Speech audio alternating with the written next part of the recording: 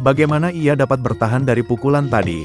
Ki Sarjuma menahan geram. Meskipun ia terkejut melihat daya tahan Sayoga, namun rasa gusar lebih memenuhi isi hatinya. Mungkinkah ia telah melakukan mesudiri semacam tapa pendem? Napas Sayoga mulai teratur, ia menata ulang seluruh keadaan dalam dirinya.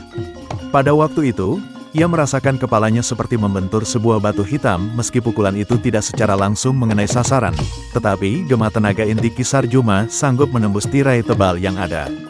Sekejap ia mengingat dasar-dasar ajaran ayahnya, Ki Wijil, bahwa sebatang kayu berukuran lingkar 2 depa akan hanyut oleh arus lambat sealiran air, maka Sayoga seperti menemukan jati dirinya kembali. Ia memutuskan untuk menghadapi Ki Sarjuma dengan cara yang berlainan dari sebelumnya. Kecepatan tidak harus dilawan dengan kecepatan, kekuatan pun lebur dalam kelembutan, pikir Sayoga. Dari penampilan wadak, Ki Sarjuma seperti tidak mengalami guncangan yang berarti. Meski di balik itu, ia harus mengakui lebih jauh bahwa ilmu Sayoga telah menggedor bagian-bagian penting tubuhnya. Sendi-sendi di sepanjang tangan yang ia pukulkan serasa kesemutan dan bergetar. Bahkan ia sempat berpikir bahwa tangannya telah terpisah karena sempat mengalami mati rasa meski untuk beberapa kejap mata. Di bagian lain, Empu Wisanata masih bertarung dengan kuat melawan Ki Malawi. Mereka masih terlibat dalam pergulatan yang sangat seru. Keduanya saling menyerang, berloncatan seperti terbang di udara meski belum menggunakan tenaga inti untuk menambah daya rusak serangan masing-masing. Aku tidak dapat menunda urusan ini lebih lama lagi. Cukup sampai di sini, desis Ki Malawi. Lalu dengan cara mengagumkan, ia telah mendorong kekuatannya menanjak lebih tinggi. Ki Malawi tidak mengurangi tekanan atau meloncat mundur untuk sekadar mengambil masa persiapan. Ia mengalirkan segenap ilmu ke seluruh kaki dan tangannya pada saat masih harus melayani gebrakan demi gebrakan musuhnya. Kini kejutan beralih pada Empu Wisanata. Ia tidak habis pikir dengan kemampuan Ki Malawi yang tiba-tiba seperti dikelilingi oleh udara panas yang silih berganti dengan hawa dingin. Demi mengimbangi tingkatan Ki Malawi, maka Empu Wisanata pun menurunkan aliran serang. Tetapi pada saat yang bersamaan ia meningkatkan daya tahan tubuhnya agar terlindungi dari udara panas dan dingin yang keluar dari setiap kibasan gerak Ki Malawi. Sementara Ki Sarjuma masih beradu mata dengan Sayoga, 4 pengawal menoreh perlahan-lahan menjauhi garis perkelahian mereka. Para pengawal yang dikirimkan Ki Gede itu saling bertukar pandang. Mereka sedikit mengingat sosok Agung Sedayu sebagai anak muda berilmu tinggi saat masih seusia sama dengan Sayoga.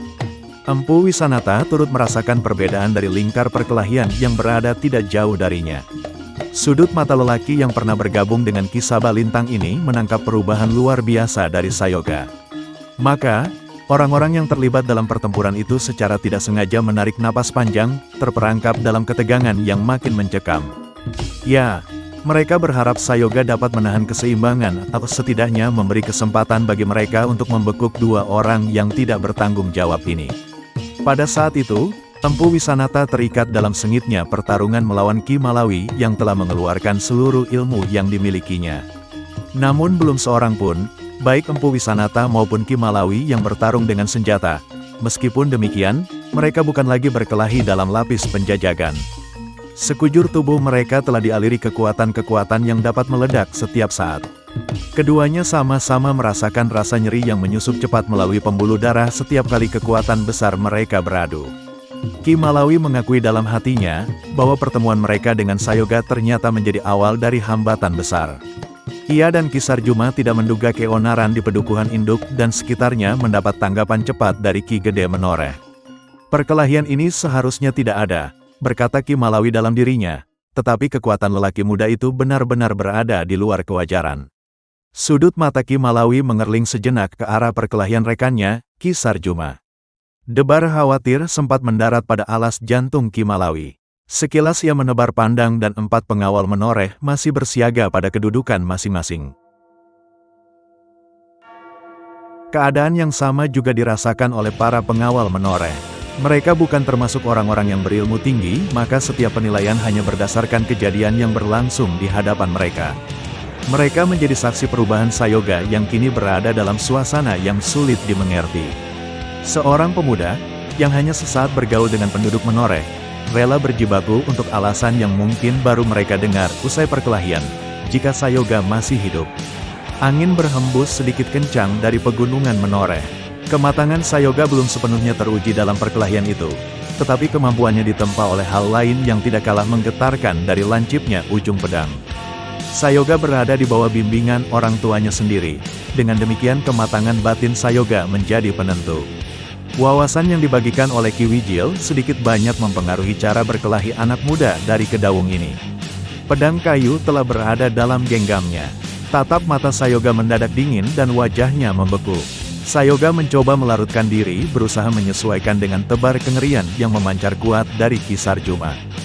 Dalam pikiran Sayoga, ia berharap keadaan dapat membaik jika tenggelam dalam cengkeram yang ditebar oleh Ki Sarjuma. Bagi Sayoga, Ki Sarjuma adalah lawan yang mempunyai tataran lebih tinggi jika dibandingkan dengan Ki Jagabaya, teman ayahnya. Meski begitu ia tidak merasa jerih atau gentar. Sayoga menerjang Ki Sarjuma dengan putaran senjata yang lebih dahsyat. Ujung pedang Sayoga, meski terbuat dari kayu, namun mampu mengeluarkan suara berdecit keras. Ia berkelahi dengan sangat hebat seperti tidak ada lagi hari esok. Dan memang itulah yang dirasakan oleh Sayoga. Ia memaksa diri berjuang lebih keras walaupun dua matanya tidak dapat lagi menatap mentari esok pagi selamanya. Maka kenyataan yang dihadapi oleh Ki Sarjuma selanjutnya adalah ia tidak dapat mendekati Sayoga meski sejengkal. Semua celah pertahanan Sayoga telah terbungkus rapat oleh gulungan pedang kayu. Dan setiap kali pukulannya tertolak batang pedang maka Ki Sarjuma merasakan getar yang hebat. Ia semakin menderita rasa perih yang menyakitkan. Apakah Menoreh memang selalu menyimpan sebuah rahasia hingga tidak pernah berhenti memunculkan orang muda berilmu tinggi? Keluh Ki Sarjuma yang lambat laun tak lagi bergerak secara aneh. Tiba-tiba Ki Sarjuma meloncat surut namun Sayoga tidak mengejarnya. Lelaki muda dari Kedawung ini memilih tetap berada di tempatnya dengan dua kaki sedikit merenggang. Sayoga, seru seorang pengawal yang ternyata masih mengingat wajah Sayoga dengan baik.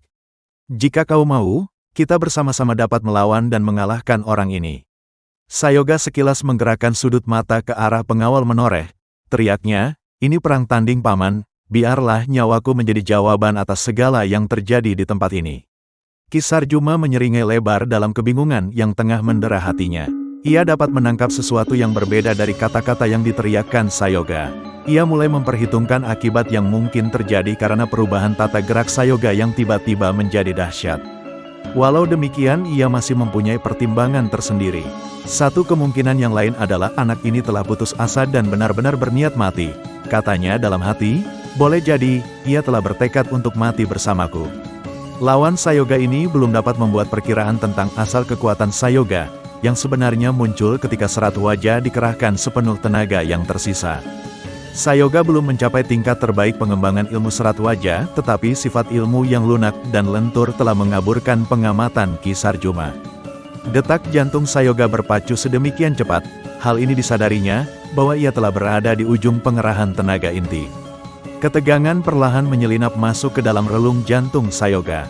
Pada saat itu, Ki Sarjuma masih berusaha menggunakan siasat yang dimilikinya meski belum terbukti membawa hasil dari perkelahian bermula.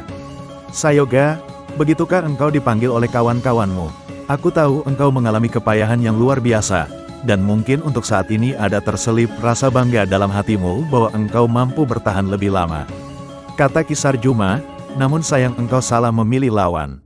Mungkin kau akan meraih kemenangan dengan mudah jika aku bukan orang yang kau hadapi saat ini. Aku tahu engkau telah mencapai batas tertinggi ilmu yang kau miliki. Apakah aku berkata benar? Sayoga bergeming. Kekuatan hatinya justru semakin menggumpal dan siap meledak. Mengapa engkau diam, Sayoga? Apakah kau menyimpan keraguan yang berasal dari keyakinan yang runtuh? Kau dapat melihat, lihatlah, aku masih berdiri tegak di depanmu. Ki Sarjuma masih belum berhenti membongkar keyakinan hati Sayoga. Ia meneruskan kata-kata, itu pilihanmu. Aku akan senang menunggumu mengerahkan dan mencapai batas akhir dari ilmu yang mungkin menjadi kebanggaan bagimu. Sungguh, itu sangat menarik untuk mengetahui puncak pengerahan ilmu simpananmu. Sayoga bergeser setapak ke samping dengan ujung pedang menyentuh tanah. Selagi Ki Sarjuma berucap kata memancing kebimbangan agar menguasai hatinya, Sayoga telah bersiap membuat gebrakan.